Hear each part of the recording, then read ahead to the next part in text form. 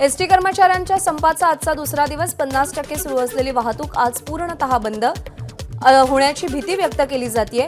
चालक आणि इतर आवश्यक कर्मचारी करार पद्धतीने नेमण्याची एसटीची चाचपणी सध्या सुरू आहे। वेतनासाठी गणेशोत्सवाच्या तोंडावर एसटीचा संपकऱ्यांची आज संध्याकाळी 7 वाजता मुख्यमंत्र्यांसोबत बैठक। सरकार तुमच्या सोबत पण प्रवाशांना वेठीस धरणं योग्य नाही। एसटी आंदोलनाबाबत मुख्यमंत्री शिंदेंची प्रतिक्रिया।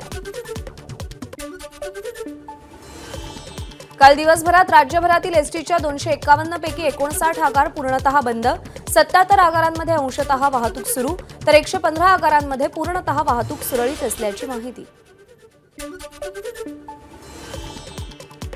कालचा एसटी कर्मचारी संघटनांनी पुकारलेला संप औद्योगिक न्यायालयाकडून बेकायदेशीर। एसटी महामंडळाची अघोषित संपाविरोधात न्यायालयात धाव, कर्मचाऱ्यांना तातडीने कामावर रुजू होण्याचे आदेश।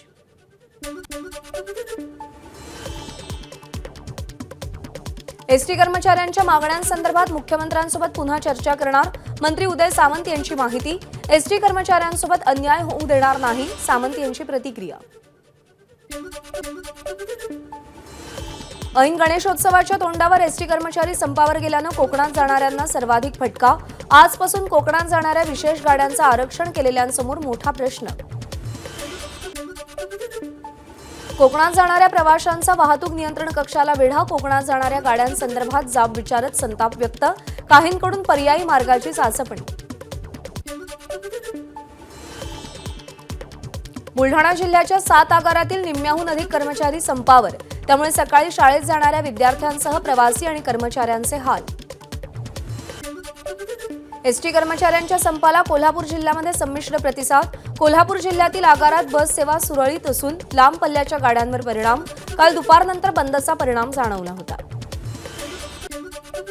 नागपुरातील एसटी कर्मचाऱ्यांची जनसंघ संघटना संपापासून दूर, 30% कर्मचारी संपात सहभागी नसल्यानं अनेक ठिकाणी एसटीच्या नियमित फेऱ्या सुरू आहेत।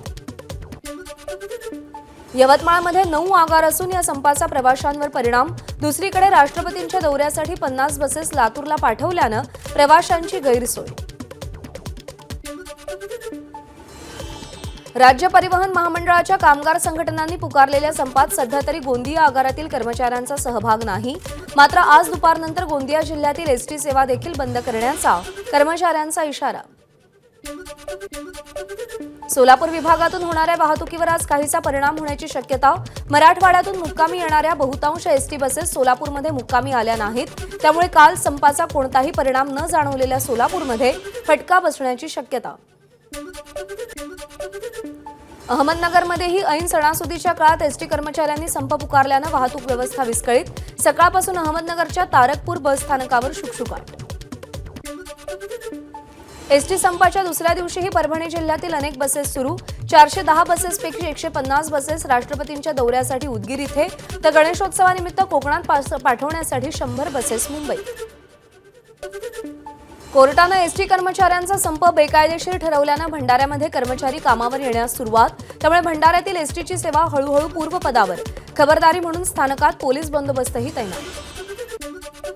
जालना जिल्ह्यातील एसटीच्या 4 आगारांपैकी 3 आगारातील एसटीच्या 360 फेऱ्या रद्द, त्यामुळे एसटीचं लाखो रुपयांचं नुकसान। जिल्ह्यातील 500 कर्मचारी संपात सहभागी, ही संख्या आज वाढण्याची शक्यता।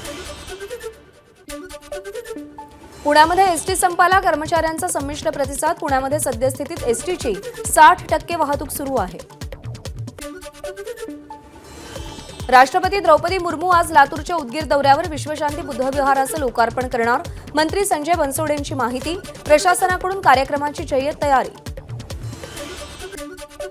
राष्ट्रपती द्रौपदी मुर्मूंच्या लातूरमधल्या कार्यक्रमासाठी 600 बसेसचं नियोजन, मात्र संपामुळे एसटीची सेवा ठप्प। मागण्या मान्य होईपर्यंत एकही बस हलणार नाही, एसटी कामगार युनियनच्या पदाधिकाऱ्यांचा निर्धार। लातूरच्या उदगीरमधील विश्वशांती बुद्धविहाराचं आज लोकार्पण। विश्वशांती बुद्धविहार रोषणाईनं उजळला, विहंगम दृश्य पाहण्यासाठी नागरिकांची गर्दी।